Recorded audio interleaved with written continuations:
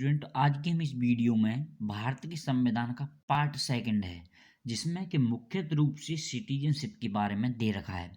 और उसमें जो मुख्य आर्टिकल हैं सिटीजनशिप के बारे में हैं, जो सारे आर्टिकल 5 से आर्टिकल 11 तक हैं, ये सारी सिटीजनशिप के बारे में बताते हैं।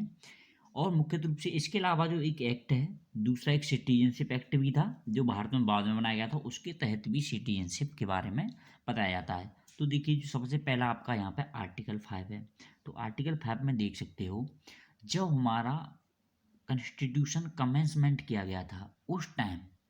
जो भी प्रत्येक व्यक्ति जिसके पास डोमिसाइल था टेरिटरी ऑफ इंडिया गया,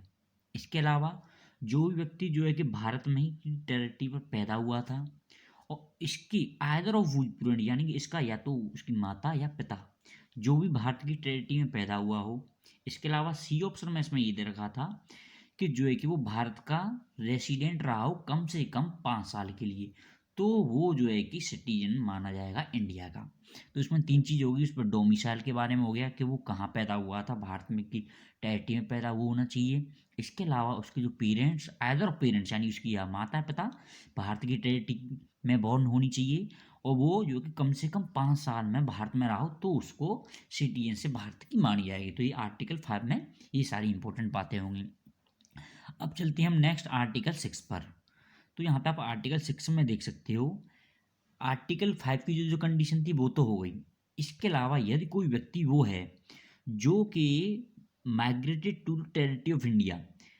जो कि जैसा आपको पता होगा पहले जो कि पाकिस्तान भी इंडिया में था और जो है कि बांग्लादेश भी था, तो यदि कोई व्यक्ति वहाँ से इंडिया में माइग्रेट हुआ है, जैसे पाकिस्तान से माइग्रेट हुआ आपका इंडिया में, जो कि कोई टेरिटरी पहले पाकिस्तान में इंक्लूड थी, तो उसको भी जो है कि सिटीजन माना जाएगा। यदि उसके लिए कंडीशन क्या है, या तो उसके कोई भी माता या पिता एन या उसका कोई भी उसका ग्रैंड पेरेंट हो, वो जो है कि इंडिया में पैदा होना चाहिए।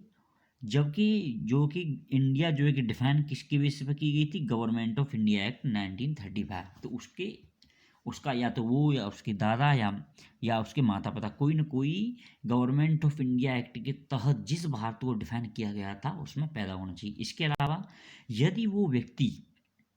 ध्यान रखिएगा आप, 19th डे ऑफ जुलाई यानी 19 जुलाई 1948 से पहले वो इंडिया में माइग्रेट हुआ है,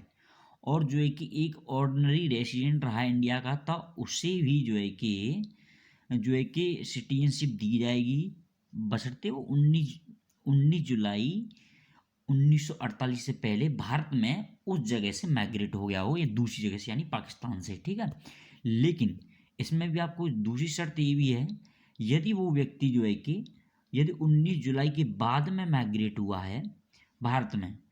और जो है कि उसको सिटीजन, लेकिन उसमें कंडीशन ये है कि उस व्यक्ति को सिटीजनशिप जो है कि एक उस टाइम क्या हुआ था, government of dominion of India के द्वारा कुछ अधिकारी नियुक्त किए गए थे कि यदि कोई व्यक्ति 19 जुलाई 1948 के बाद भारत में आता है और वो कम से कम 6 महीने के लिए भारत में रह लेता है, और वो एक एप्लीकेशन देता है उस अधिकारी को, तो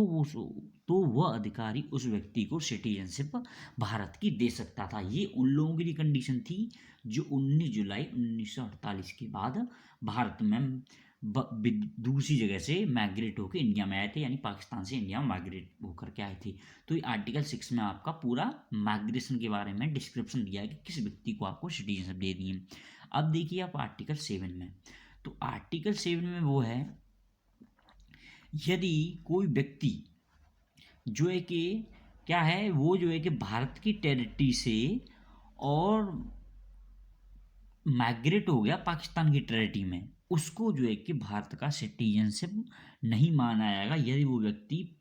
1 मार्च 1947 के बाद भारत से पाकिस्तान में चला गया। ठीक है, जैसे कोई व्यक्ति है वो भारत से पाकिस्तान में चला गया, तो उसे सिटीजनशिप नहीं मानी जाएंगी, लेकिन फिर उसको भी सिटीजनशिप दी जा सकती थी, बशर्ते ये कि वो व्यक्ति जो है कि 19 जुलाई 1948 के बाद भारत में आ गया हो, और उसने जो है कि, लेकिन वो व्यक्ति जो है कि permit for resettlement of permanent return, यानी कि वो इस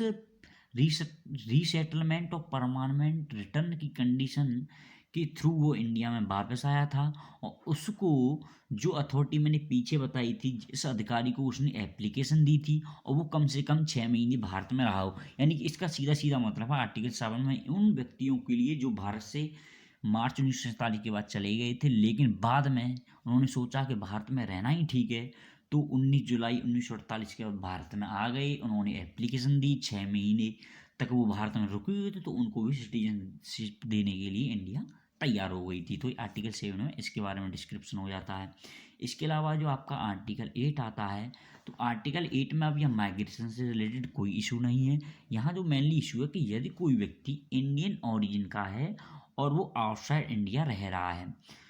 या तो वो या उसके कोई भी पिता या पेरेंट्स या कोई ग्रैंड पेरेंट जो कि इंडिया में रहा हो, जिसको हम डिफाइन किए थे गवर्नमेंट ऑफ इंडिया एक्ट 1935 के तहत, और जो है कि किसी भी वो दूसरी कंट्री में ऑर्डिनरी रिसाइड कर रहा हो, यानी ऑर्डिनरी तरीके से उसने परमानेंट वहाँ की सिटीजनशिप नहीं नहीं ली हो, तो वो व्यक्ति जो है कि सिटीजनशिप ऑफ इंडिया का माना जाएगा, यदि उसमें कंडीशन ये है कि उस व्यक्ति ने हमारे उस देश के डिप्लोमेटिक या कंसुलर रिप्रेजेंटेटिव, जैसे कि कोई भी देश का यहाँ पर डिप्लोमेटिक या कंसुलर का रिप्रेजेंटेटिव रहता है, तो उस व्यक्ति को जो है कि उसने एप्लीकेशन दी हो उस डिप्लोमेटिक या कंसुलर रिप्रेजेंटेटिव को, या तो कॉन्स्टिट्यूशन के कमेंसमेंट से पहले या बाद में, तो उस व्यक्ति को भी government of dominion of India जो है कि उसको सिटीजनशिप मान लेगी। तो दोस्तों इसमें ये 4 आर्टिकल आपके हो जाते हैं। आपको इसमें मुख्य रूप से इन चारों को याद रखना है। बारीकी मैंने आपको बता दी। यदि आपको डाउट हो तो कमेंट बॉक्स में पूछ सकते हैं। धन्यवाद।